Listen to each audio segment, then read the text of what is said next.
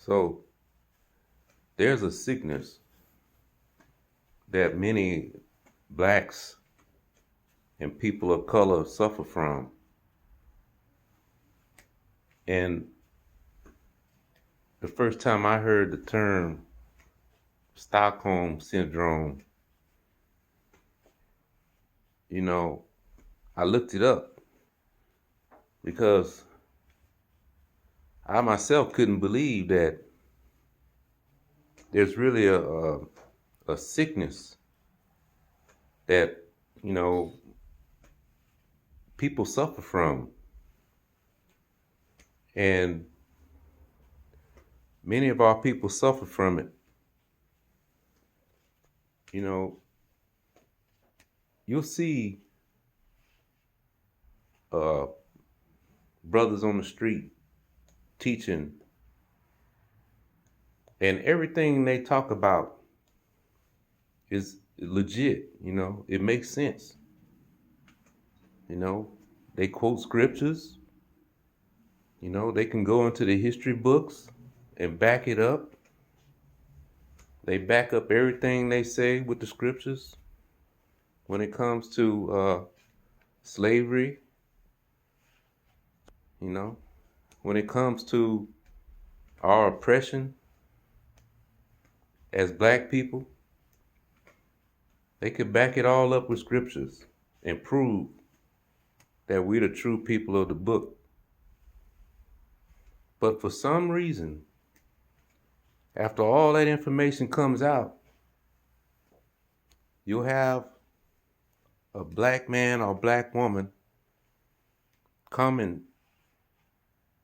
regardless of all the information and proof, evidence, they'll say, they'll ask one question, you know, can the white man be saved? Can the white man get the kingdom? And I'm like, I'm like, so out of all the races on the planet, your only concern is, can your oppressor get the kingdom? They never ask, can the Chinese man get the kingdom? Can the Iranian man get the kingdom? What's going to happen to, the East Indian man? They never ask that question. And it's all due to Stockholm syndrome. That's the main reason for it. Because why else would that be their first question? Of all the people.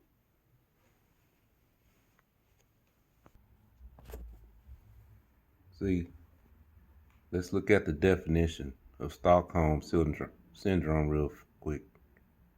Stockholm syndrome is a theorized condition in which hostages develop psychological bond with their captors during captivity. It is supposed to result from a rather specific set of circumstances, namely the power imbalance contained in hostage taking, kidnapping, and abusive relationships. See that?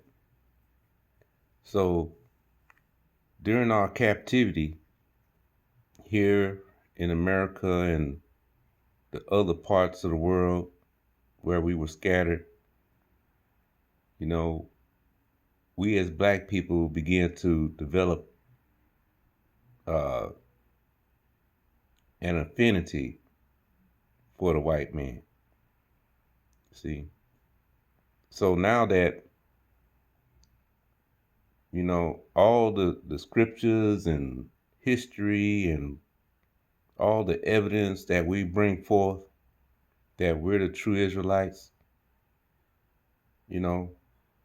rather than we're showing some kind of excitement and being overjoyed to know our true history and our identity, you know. Rather than that, the first thing that comes to our mind is, what about our oppressor? Can he get the kingdom too? See? Which, on the other hand, if the tables were turned, you know, if we couldn't get the kingdom, but they were the chosen people of the book, you know, it wouldn't be a problem for them. They would gladly make all the changes necessary, you know, to make their calling and election sure, you see. And that's really sad. That's a real sickness. That's a real sickness that we deal with